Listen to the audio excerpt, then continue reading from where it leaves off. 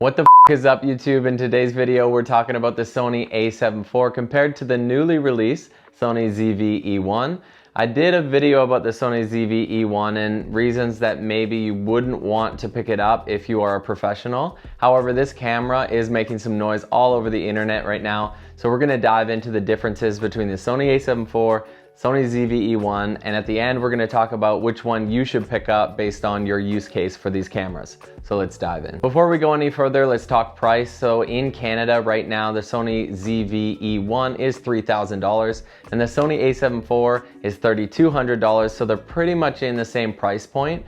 So you just got to think, what is your use case for this camera? Because both these are quite expensive as bodies and you don't want to make the wrong decision. So let's start first with the pros of the Sony A7IV, and the first thing that comes to mind is the EVF. So if you are a photographer first, I think this is a no-brainer. You got to go the direction of the Sony A7IV, not only because the EVF, but it is better for photography in terms of megapixels as well. So the Sony A7IV has a 33 megapixel sensor, which is obviously way better than the 12 megapixel sensor that comes on the newly released Sony ZV-E1. All right, really quick, if you're finding value in this video, it goes a really long way if you could just leave a like. 3, 2, 1. Thanks so much for doing that, and let's dive back in. And while we're talking a little bit about the sensors, if you're using the Sony A7IV, you're still gonna get really good quality photo and video if you use APS-C mode. So for video, you're still gonna get a full 4K readout if you crop in that 1.5 times in APS-C mode. And for photos, that 33 megapixels cropped in camera still results in a 14 megapixel image. Another reason why the Sony A7IV is better is because the mechanical shutter for photography, the Sony ZV-E1 only has an electronic shutter, and with using a mechanical shutter, you're gonna get less banding in your images and less rolling shutter. Also, it has an effect on light flickering as well in your camera. I don't know why I did the talking symbol. Flicker, flicker. Now let's talk a little bit about video and why it's better on the Sony A7IV. So it does have that downsampled 7K sensor, which is great. Now, it's not better for video per se. The sensor on the Sony ZV-E1 is insane, and it's the same sensor of the Sony A7S III, which is amazing. However, it's not that downsampled image, so you're gonna get sharper 4K out of the Sony A7IV, and that's pretty much the biggest pro you're gonna get out of video for the Sony A7IV. Before we go any further, I'm just gonna link a video here that I did a few days ago, and it's just talking about why this Sony ZV-E1 is not professional in some of its features. So we'll talk a little bit about it now, but the 2 SD card slots on the Sony A7IV is really good for redundant recording. It has that full-size HDMI, which is really nice as well. The weather sealing is a whole lot better on the Sony A7IV, where the Sony ZV-E1 is just weather resistant instead of sealed. The Sony A7IV is much better for overheating. However, it is important to note that both the Sony A7IV and this new ZV-E1 have overheating issues when you're shooting at 4K 60 at that capacity. So an option for that could be maybe you get the A7S III, or maybe you get the FX3, or if you're on a tighter budget, you go with the FX30. The last 2 things I'll say about the Sony A7IV is that it's better build quality with higher quality plastics. The buttons and dials are way better, specifically in customization. So that's what I've been loving about my Sony A7IV, which we're shooting on right now. Now, I'm not here to completely shit on the Sony ZV-E1. I do think that this camera has an incredible sensor in it, but unfortunately, I can't recommend it to too many people because it has a very specific use case. Now, what is better about the Sony ZV-E1 compared to the Sony A7IV? So first, let's talk a little bit about frame rates. So 4K 60 on the A7IV has a crop, and it's like a 1.5 times crop, but the Sony ZV-E1, it has 0 crop, which is really nice.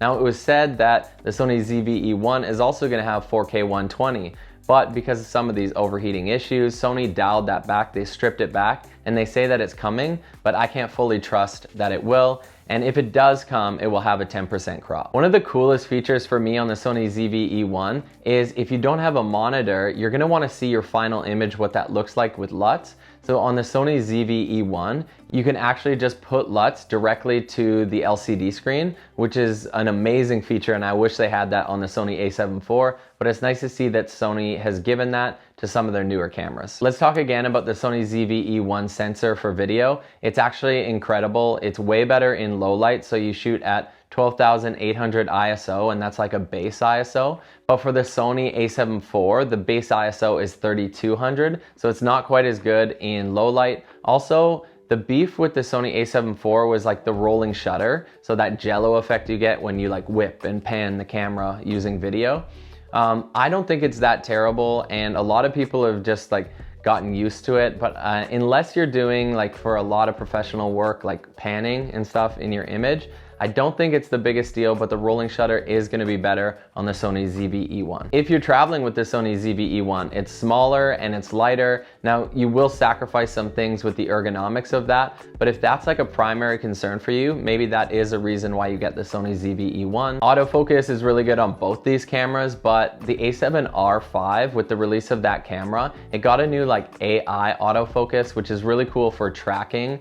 And honestly, it's better for subject detection on different things. Now it goes like, you can get things like insects and trains and all this kind of wild things. I don't think the autofocus is a problem on the A7 IV. It's actually quite impressive. But if you do need like world-class, best of the best, top of the line autofocus right now with some AI features, then the Sony ZV-E1 could be for you. Another thing I like is that the Sony ZV-E1 is better in stabilization. Now, it's not leaps and bounds because I use active stabilization on the A7 IV and it's pretty solid. I hear good things about the dynamic stabilization that the Sony ZV-E1 does have. But to me, if you wanted to stabilize your footage, what I like doing is I like using Catalyst Browse. So it takes the gyro data from your camera body, and it could be from the A7 IV, it could be from the Sony ZV-E1. And I like shooting with no crop or no punch in, so no stabilization. And then if I know I'm gonna be stabilizing in post and I'm not using a gimbal, Catalyst Browse has me covered. I'm gonna give the Sony ZV-E1 some credit in the audio domain. So it does have a built-in integrated microphone on board, so you don't need to have a shotgun mic. Now, I still recommend having a shotgun mic, or I use like the Rode Wireless Go 2 system. I think that's nice. The early testing on this onboard microphone is actually pretty solid. And not only that, it's directional as well. So you can have it pick up from if you're behind the camera and talking or in front of the camera. Lastly, let's talk about the feature set of the Sony ZV-E1, which is kind of cool. But at the same time, I think a lot of these things are just gimmicky and targeted towards marketing and making sales. I personally wouldn't use them a ton, but they have like a cinematic vlog mode. You just get those black bars on the top and bottom of your image. It also has auto framing, which I think is pretty cool, I guess. Again, I don't know how much I would use this. This could be kind of gimmicky, but auto framing is cool. Like you could just take like the whole frame, you could walk around, and then what's gonna happen is the camera is just gonna detect your movement, and it's gonna look like you have a secondary cameraman just operating. It gives that like handheld look. You could do this in post anyway, but I guess that's cool that it's built into the camera. And there's a lot more features like this. I just don't know if I'd use all of them. So who are these cameras for? Let's start first with the Sony ZV-E1. Really cool in terms of innovation, where Sony's going with all these like AI features and new built-in camera settings. I think that is pretty neat. This camera is a little bit expensive for who it's targeted at. So the camera body, like I say, $3,000 in Canada, and it's targeted towards like maybe a non-professional, but it has a professional sensor in it. So to me, it's a little bit confusing.